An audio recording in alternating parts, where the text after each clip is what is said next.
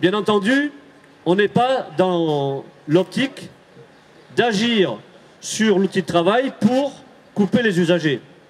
On est dans l'optique d'agir sur l'économie et de peser sur nos revendications pour les négociateurs. C'est ça le mot d'ordre d'aujourd'hui. On assumera tout ce qui sera fait en matière, je dirais, d'intervention sur l'outil de travail.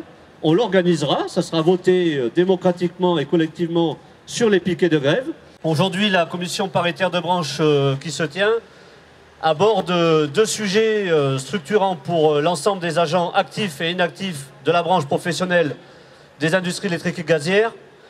Donc ces sujets, ce sont les moyens bénévoles pour faire vivre nos activités sociales de proximité et bien plus, je dirais, globales, CCAS et comité de coordination des CMCAS, et les mesures salariales. Aujourd'hui, ces négociations, elles sont sous contrôle des grévistes qui occupent, au moment où je vous parle, dans tout le pays, des postes. Ça faisait très longtemps qu'on n'avait pas atteint un niveau de mobilisation et d'action sur l'outil de travail tel que ça se dessine aujourd'hui. Et ça, on peut s'en féliciter. On a sur la table un accord.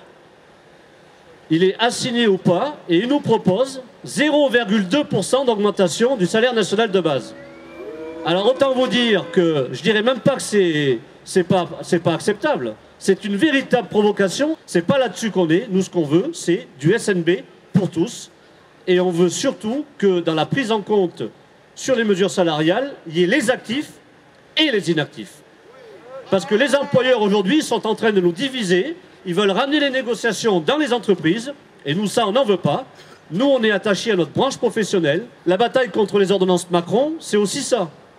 C'est aussi protéger notre branche professionnelle, notre contrat de travail avec le statut et les textes réglementaires, et faire qu'aujourd'hui, l'inversion de la hiérarchie des normes, elle ne soit pas applicable dans nos entreprises. On agit, oui, sur le réseau, et on organise des coupures et des baisses de production.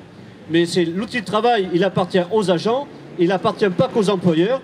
Donc c'est aussi pour ça qu'on revient, je dirais, à des actions, pas coup de poing, mais des actions qui permettent aux salariés de dire « nous sommes en grève, nous sommes en colère, on a des revendications, on veut négocier sur la base des cahiers revendicatifs portés par les salariés et pas sur ce que veulent mettre en place les employeurs. » Merci Seb. Donc, on reviendra vers vous très rapidement pour vous faire un prochain point.